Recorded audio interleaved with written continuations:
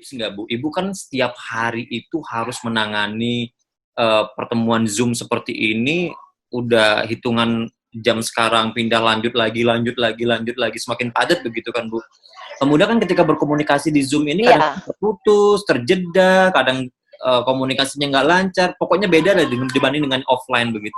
Ada pasti. tips khusus nggak Bu berkomunikasi melalui daring seperti ini yang selama ini sudah Ibu jalankan Bu?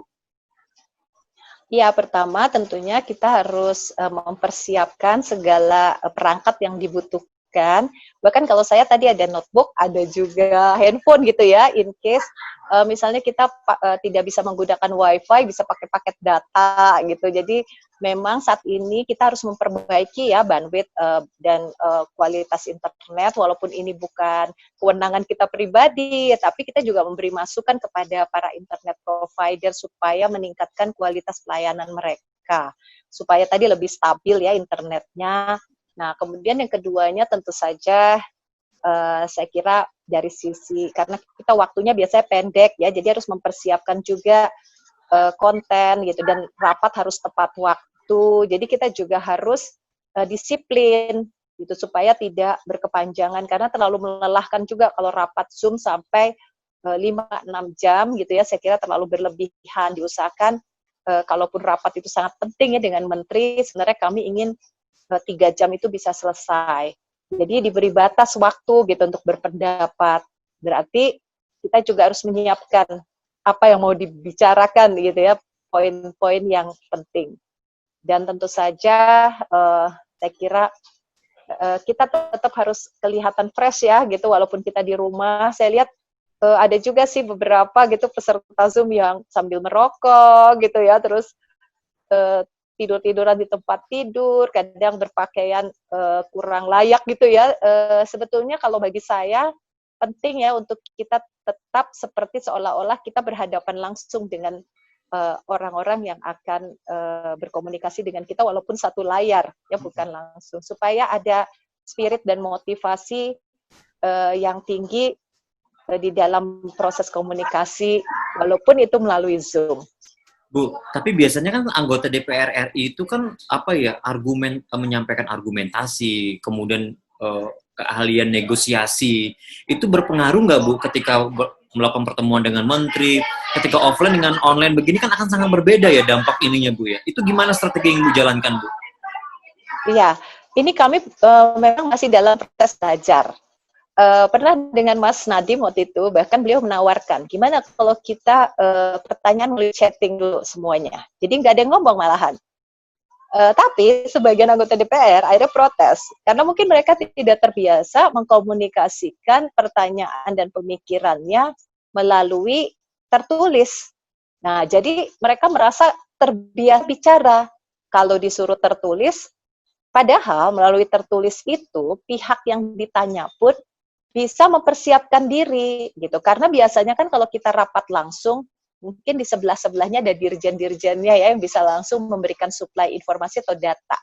Kalau melalui virtual begini kan, kita kan tentunya perlu jeda waktu. Jadi kalau ada satu kesempatan mengunyah ataupun mencerna pertanyaannya itu sebenarnya lebih bagus. Tapi kami sebagian dari kami akhirnya menolak ya. Itu juga kita trial and error ya.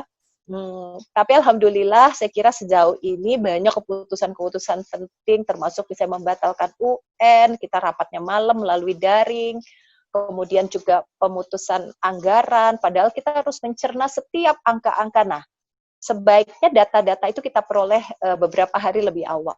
Jadi tidak langsung ketika Mas Menteri mempresentasikan melalui share screen, kita nggak bisa kan langsung merespon. Nah, pernah satu kali bahkan rapat kita batalkan. Kita merasa bahwa data yang diberikan oleh Mas Menteri itu tidak lengkap atau kurang detail, padahal ini ngomong anggaran. Jadi kita tunda. Nah, itu seperti itu. Jadi kisah-kisah kami melakukan rapat melalui daring. Tapi masih ada juga nggak Bu? Ini penasaran sih Bu ya. Ada juga nggak Bu anggota mumpung daring begini yang nggak aktif begitu Bu? Ada nggak Bu yang memang juga karena nggak terbiasa kan? Jadi sekarang kan kita ada absen selalu ya, tetap ya, walaupun daring. sebetulnya tingkat kehadiran itu lebih tinggi. Dan yang saya senang, kita pasti tepat waktu.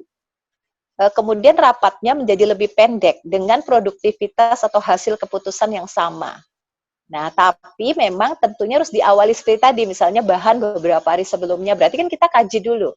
Kalau kita mau bicara, saya juga bikin talking point secara tertulis dulu. Saya juga tidak langsung spontanitas, walaupun ada juga ya di dalam proses mungkin presentasi atau paparannya ternyata ada hal yang penting, tapi waktu di dalam paparannya tidak ada. Boleh saja sih kita juga memberikan ini. Nah, biasanya akhirnya kami mengakalinya dengan ada perwakilan, kita bergantian.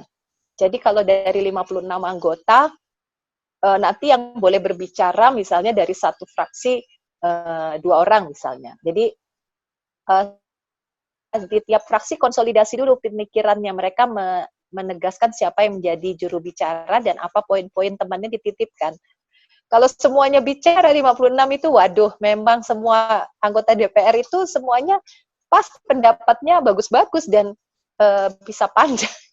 Sering kan kami kalau rapat bisa 6 jam lebih gitu. Nah, ini mungkin untuk kalau melalui Zoom kita batasi ya mungkin sekitar 3-4 jam itu udah maksimal. Baik Bu Hetipa, terima kasih.